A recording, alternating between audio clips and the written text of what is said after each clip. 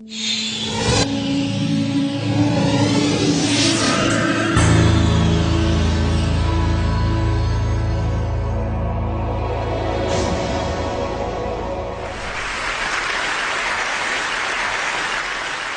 grew up interacting with the physical objects around us, and there are an enormous number of them that we every day use.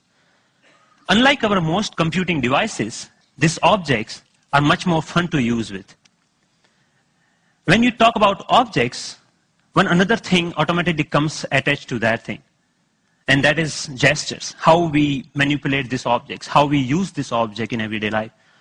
We use gestures not only to interact with these objects, but we also use to interact with each other. Like gesture of namaste, maybe to respect someone, or maybe in India, I don't need to teach a kid that this means 4 run in cricket. It comes as a part of our everyday learning. So I'm very interested from beginning that how can our knowledge about everyday objects and the gestures and how we use this object can be leveraged to our interaction with the digital world. Rather than using a keyboard and mouse, why can I not use my computer in the same way that I interact in the physical world? So I started this exploration around 8 years back, and it literally started with a mouse on my desk. Rather than using that for computer, I actually opened it. And most of you might be aware that in those days, the mouse used to come with a ball inside, and there are 2 rollers that actually guides the computer that where the ball is moving and accordingly where the mouse is moving.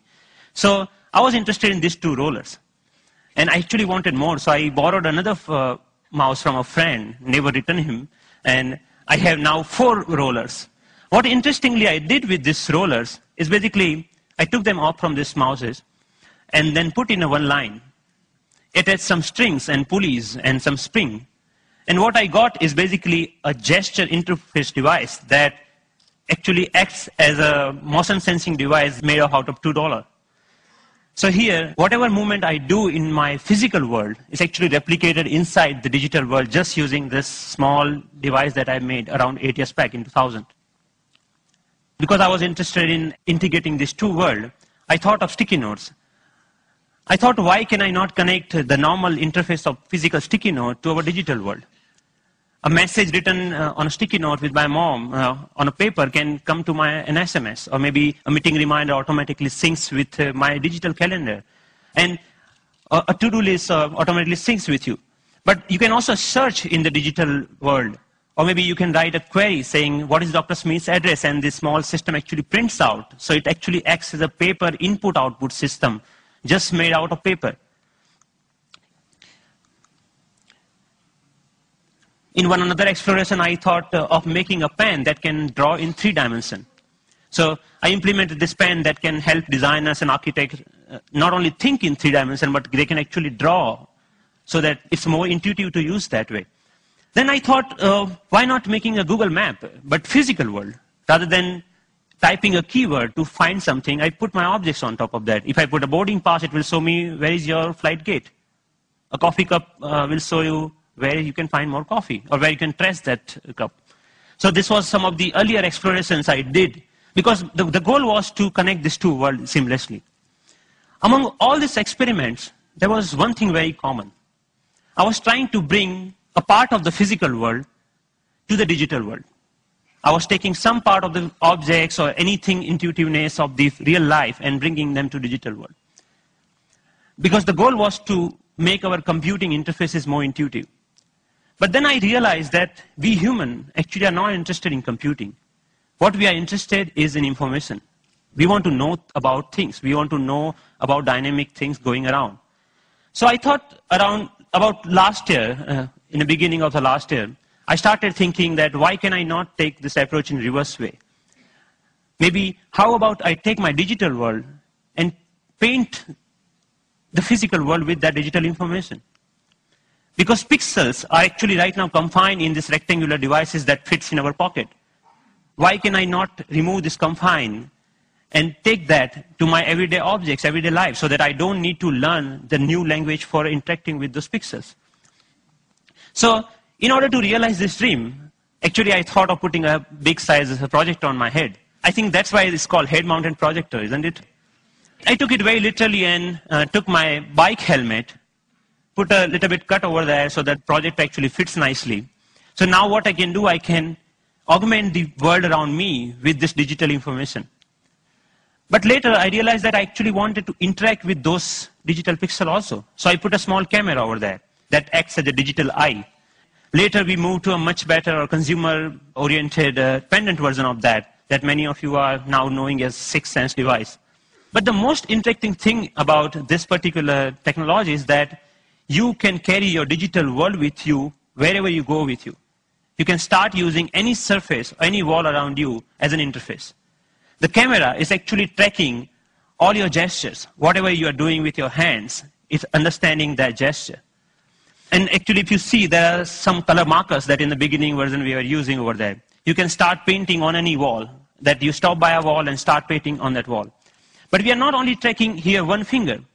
We are giving you the freedom of using all the both of hands. So you actually can use both of your hands to zoom into or zoom out a map just by pinching operation over here. The camera is actually doing just getting all the images, it's doing the age recognition and also the color recognitions, and like so many small algorithms are going inside. So technically it's a little bit so complex, but it gives you an output which is more intuitive to use in some sense. But I'm more excited that you can actually take it outside. Rather than getting your camera out of your pocket, you can just do the gesture of taking a photo and it takes photo for you. Right? Thank you. And later I can find a wall, anywhere a wall, and start browsing these photos. Or maybe, okay, I want to modify this photo a little bit and send it as an email to a friend. So we are looking for an era where computing will actually merge with the physical world. And of course, if you don't have any surface, you can start using your palm for simple operation. I'm here, I'm dialing a phone number just using my hand. Yep. The camera is actually not only understanding your hand movements, but interestingly, is also able to understand what objects you are holding in your hand. What we are doing here is actually, for example, in this case, the book cover is matched with so many thousands of, or maybe millions of books online, and checking out which book it is. Once it has that information, it finds out more reviews about that, or maybe New York Times had a sound overview on that, so you can actually hear on a physical book as a review of a sound. Gave a famous talk at Harvard University. This was Obama's last visit last week to MIT. And in particular, I want to thank two outstanding MIT So I was seeing the live of his talk outside in just a newspaper. Your newspaper will show you live of your weather information rather than having updated like you have to check your computer in order to do that, right?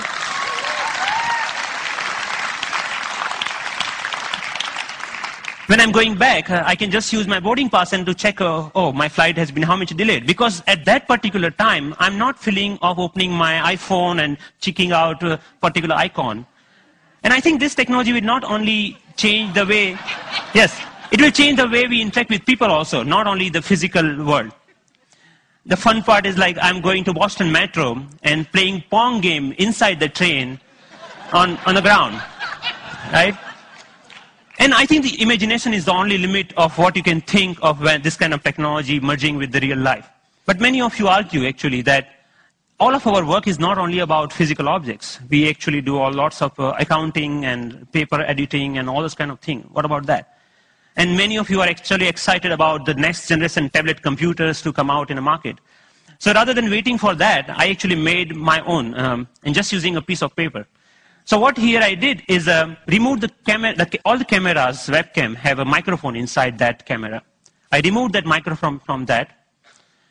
And that, just pinch that, like I just make a clip out of that microphone and clip that to a piece of paper, any paper that you found around. So now the sound of the touch is exactly getting me when exactly I'm touching the paper. But the camera is actually tracking where my fingers are moving. You can, of course, watch movies. Good afternoon. My name is Russell, and I am a wilderness explorer in Tribe 54. And you can, of course, play games. Here the camera is actually understanding how you're holding the paper and playing the car racing game.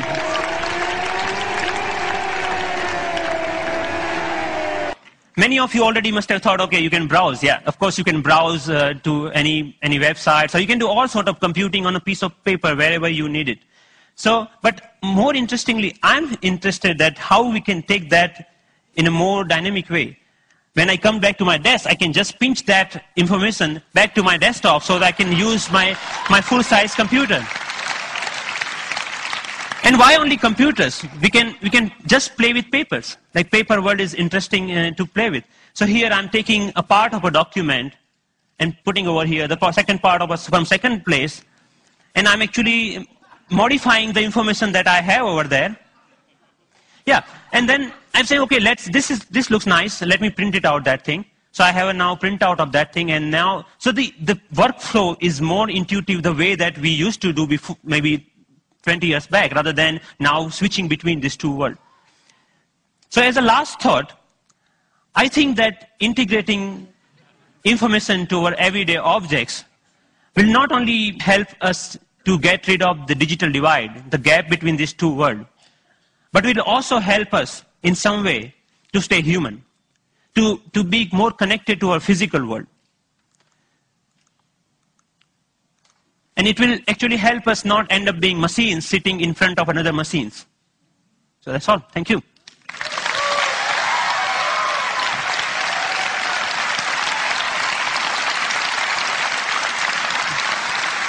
Thank you.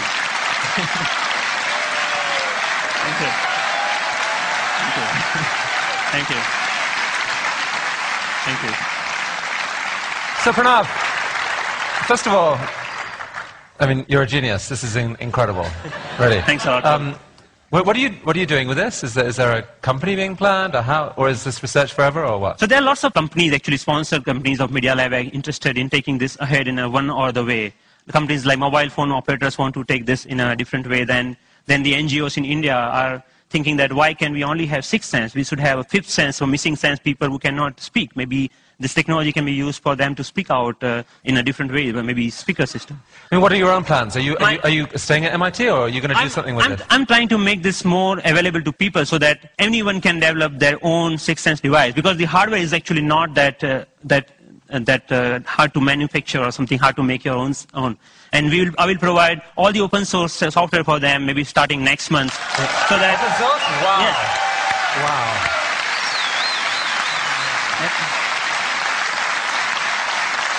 Are you going to come back to India with some of this at some point? Yes, of course. I mean, what are your plans? MIT, India, how are you going to split your time going forward? There is a lots of energy here, lots of learning. Like all of this work that you have ever seen is all about my learning in India. And now even if you see, it's more about the cost effectiveness. This system costs you $300 compared to the like $20,000 of Surface tables or anything like that. Or maybe even the $2 mouse gesture system at that time was costing around like $5,000. So we actually, I showed that to, in one of the conference to President Abdul Kalam at that time. And then he said, okay, we should use this in Bhabha Atomic Research Center for some use of that. So I'm more excited about how I can bring the technology to masses rather than just staying that technology into lab or environment, something like that. Based on the people we've seen at TED, I would say you're truly one of the 2 or 3 best inventors in the world right now. And it's an honor to have you here at TED. Thank you. Thank you so much. It's fantastic.